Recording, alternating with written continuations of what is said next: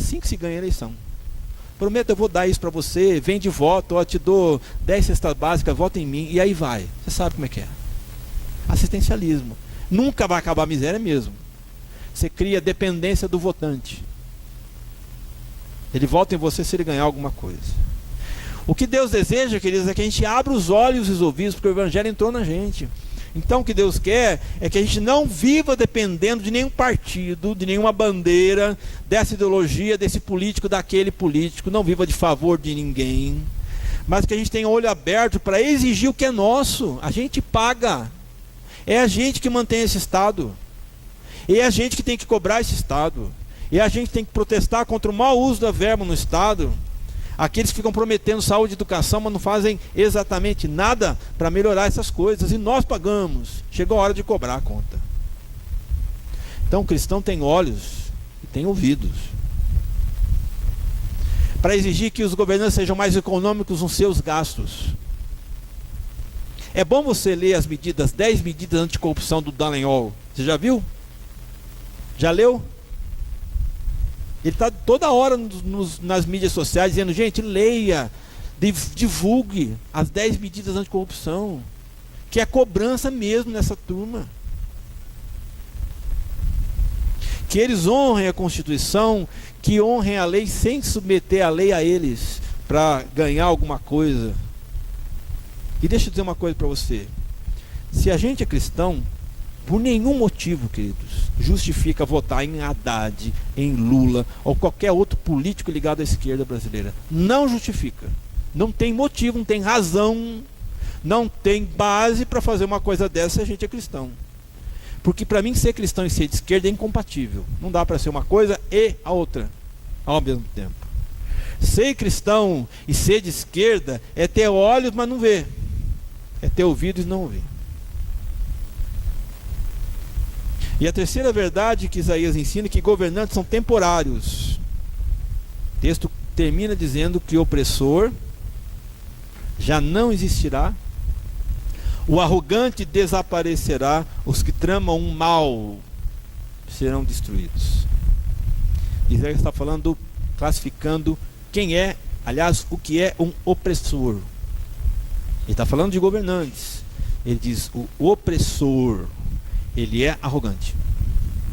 Todo opressor é arrogante.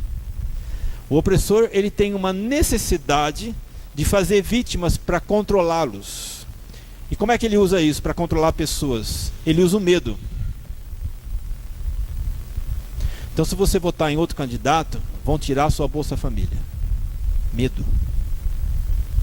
Se você votar no outro candidato, ele vai fazer todos os seus direitos serem perdidos. Vai voltar à ditadura ou qualquer outra coisa do gênero. Quanto mais você impõe medo, mais domínio você tem sobre uma pessoa. Eu lembro você do Nabucodonosor quando ele construiu aquela estátua, né? Está escrito lá em Daniel. Ele encheu de medo a população, o povo da Babilônia. E mostrou claramente que quem não se dobrasse diante da estátua dele, e eu vi as medidas atuais da estátua, e eu fiquei espantado, porque nas Bíblias antigas não fica muito claro, né? O tamanho daquele negócio. Eu vou ler para você Daniel 3. O rei Nabucodonosor fez uma estátua de ouro, olha aí, opulência. Uma estátua de ouro de 27 metros de altura. O que dá 27 metros de altura? Não dá um prédio? A estátua dele mesmo, de ouro puro, tinha 27 metros de altura e 2,7 metros de largura, e colocou-a na planície de Dura, na Babilônia. Enviou mensageiros a todos os funcionários, oficiais, governadores, conselheiros, tesoureiros, juízes, magistrados, todas as autoridades que viessem à dedicação da estátua. Ele constrói a estátua. Quem ele chama primeiro? Os pelegos dele. Tudo que é aqueles que são as séculas, né? Tesoureiro, vai tudo lá homenageá-lo. Todas essas autoridades vieram, ficaram diante da estátua que ele tinha levantado. Então o arauto gritou: povo de toda raça, nação e língua, ouçam a ordem do rei. Quando virem o som da trombeta, flauta, cítara, lira, harpa, pífaro, e outros instrumentos, prostrem-se no chão para adorar a estátua de ouro levantada por Nabucodonosor. Quem não obedecer será lançado na fornalha. Olha aí. O opressor faz isso. O opressor constrói uma imagem de si próprio e todo mundo tem que se curvar a essa imagem. É um senso de onipotência, é uma ideia de messianismo, é uma síndrome de perfeição.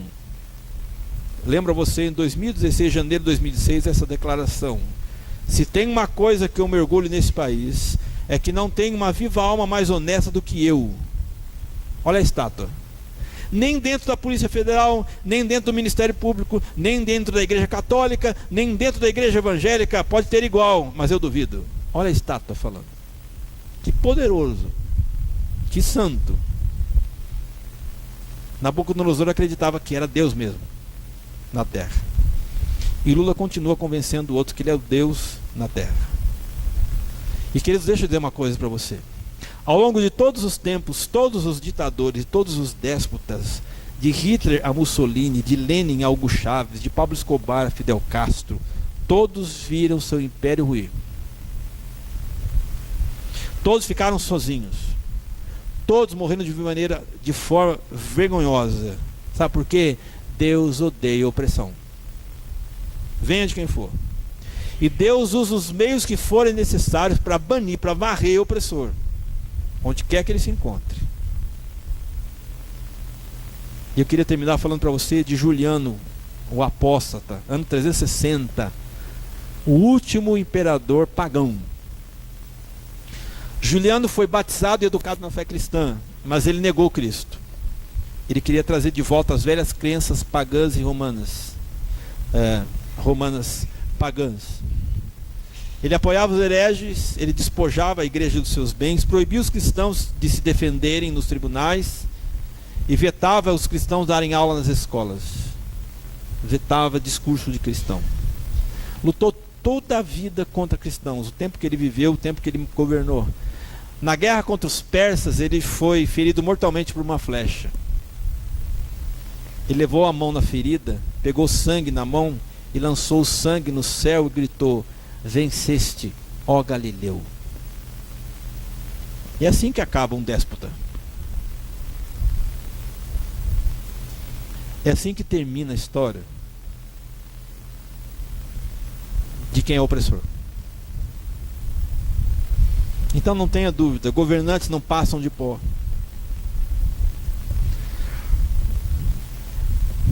O que nós estamos assistindo no Brasil é a lama se remexendo dentro da lama. Não passa de pó. Os governantes devem respeitar o povo. E todos eles, governantes, são temporários. O que nós temos que fazer, queridos, é continuar orando pelo país.